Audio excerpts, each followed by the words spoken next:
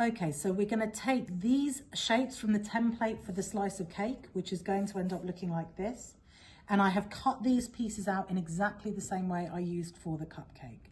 Now all I have to do, now that I've cut them out, stuck them down and cut them out neatly, all I have to do is stick them together.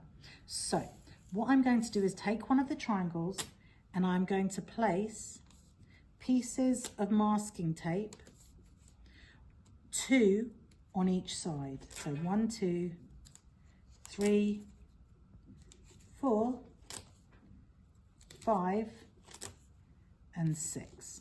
There they are.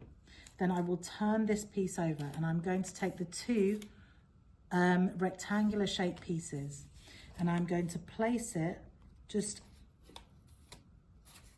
touching the edges of my triangle.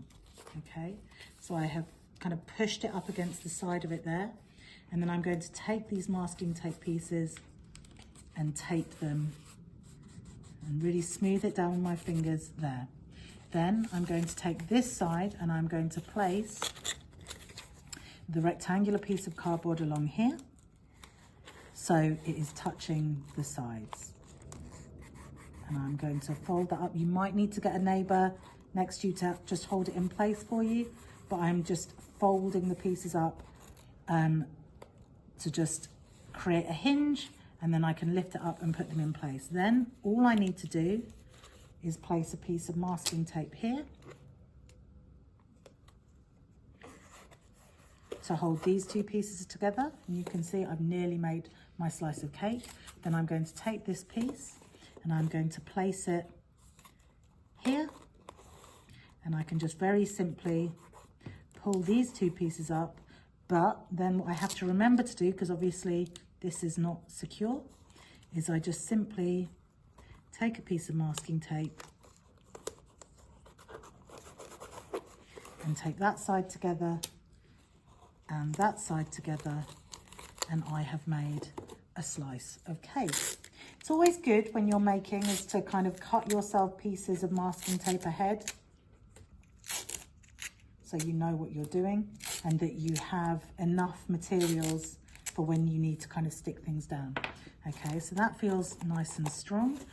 I can, if you feel like it, you could place a couple of pieces on the inside as well, but my hands are probably quite a lot bigger than yours, so it's a bit trickier for me. You might find that easier to do that, but if you do that, really press it in to the edge inside there. What you can then do is take the final triangle, place it on top. You might want to squeeze in a little bit, hold it in place, and you can finish your slice of cake. I'm just going to place that carefully on there. Attach that to there. And there you have it. Now, before you papier-mâché your piece, what you might want to do is to create some decorations onto your slice of cake. If you want to do like a blob of cream or something like that, I would recommend you take half a sheet of newspaper and then half it again. And that would be quite a nice little lump for a piece of cream. If you want to make it bigger, you can just use a little bit more newspaper. So I'm going to put my little lump of cream here onto my cake, and I can just simply tape it into place there. And another thing I could think about doing here, and as I'm making my work, is I'd actually like some icing around the edges of my cake. So I can take a piece of newspaper, like a piece around this big, and I could twist it to make a form.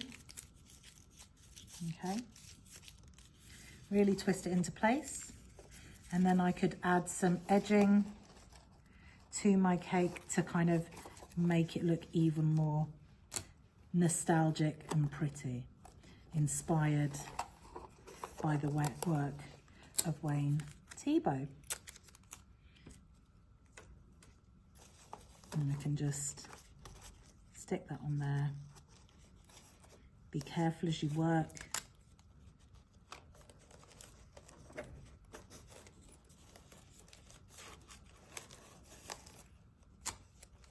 And you can work around. You might need to use bigger pieces of masking tape than I've used there. Really press it down. But you can see you could add icing along the top, or even like a little bit of jam along here or something like that. But use the newspaper to sculpt and to shape your work.